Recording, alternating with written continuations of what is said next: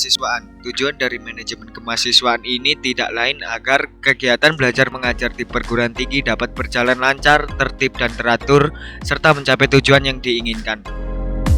2. Manajemen kurikulum. Intinya, mahasiswa tidak dipaksa untuk mengikuti kurikulum yang ditetapkan. Namun sebaliknya, kampuslah yang harus melakukan penyesuaian dengan memperhatikan perbedaan-perbedaan yang terdapat dalam diri mahasiswa. Yang ketiga, manajemen tenaga kependidikan kampus harus menyediakan dosen yang memiliki pemahaman mengenai konsep pendidikan bagi penyandang disabilitas.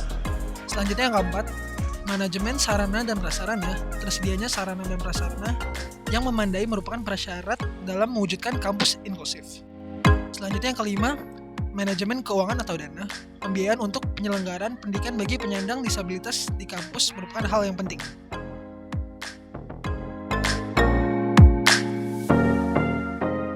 Selanjutnya, kondisi diskriminasi tidak langsung yang terjadi di Universitas Brawijaya. Yang pertama, dicantumkannya kalimat tidak memiliki cacat tubuh sebagai syarat pendaftaran Universitas Brawijaya. Lalu yang kedua, hampir seluruh sarana dan prasarana di Universitas Brawijaya tidak dapat diakses oleh penyandang disabilitas karena tidak sesuai dengan desain universal. Lalu yang ketiga, Universitas Brawijaya tidak memiliki basis data atau database yang memuat informasi tentang keberadaan penyandang disabilitas di Universitas Brawijaya.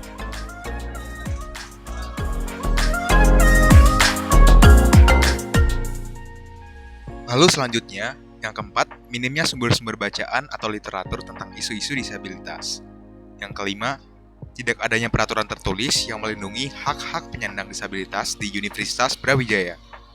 Dan yang keenam, tidak adanya sosialisasi informasi tentang isu-isu penyandang disabilitas serta regulasi yang melindungi hak-hak penyandang disabilitas.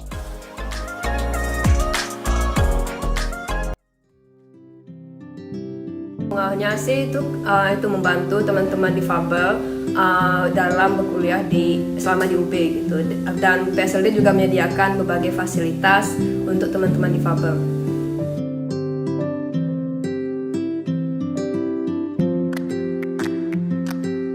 Kalau kesannya itu sangat bahagia karena ini pertama kalinya aku mendengar ada lembaga yang mau membantu atau memfasilitasi mahasiswa difabel selama berkuliah. Dan tentunya itu sangat membantu bagi mahasiswa difabel. Pesannya itu semoga PSLD UB lebih maju dan semoga universitas lain bisa menyusul seperti UB. Untuk teman-teman difabel yang ingin melanjutkan studi tapi masih bingung ingin melanjutkan di mana, jangan khawatir, Universitas Brawijaya terdapat lembaga yang menyediakan dan menaungi teman-teman difabel selama berkuliah di Universitas Brawijaya.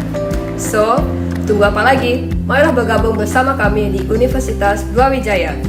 Seeding Inclusion for Just Future.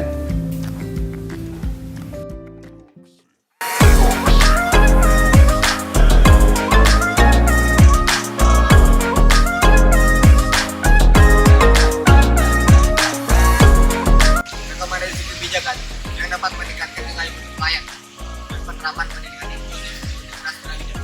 Yang pertama, penerapan kebijakan yang berdasarkan pada kajian data. Penerapan kebijakan dengan berbasis data pada sains dan data-data kontemporer yang relevan. Proses policy drive akan membuat penerapan kebijakan menjadi lebih teratur dan terarah. Yang kedua ada kebijakan dan penerapan yang terintegrasi. Sebuah kebijakan akan bermakna dan efektif jika tertransmisi secara utuh dari lini atas hingga lini terbawah. Harus adanya kebijakan yang terintegrasi dari tingkat rektorat sampai pada tiap-tiap fakultas. Dengan demikian, akan ada interpretasi kebijakan yang setara dan merata di setiap fakultas yang ada.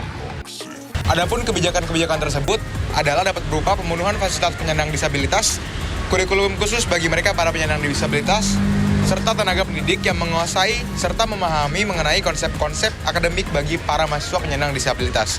Nah, tersedianya fasilitas penunjang seperti toilet, parkiran, perpustakaan, dan sarana penunjang lainnya juga dapat berguna bagi mahasiswa para penyandang disabilitas.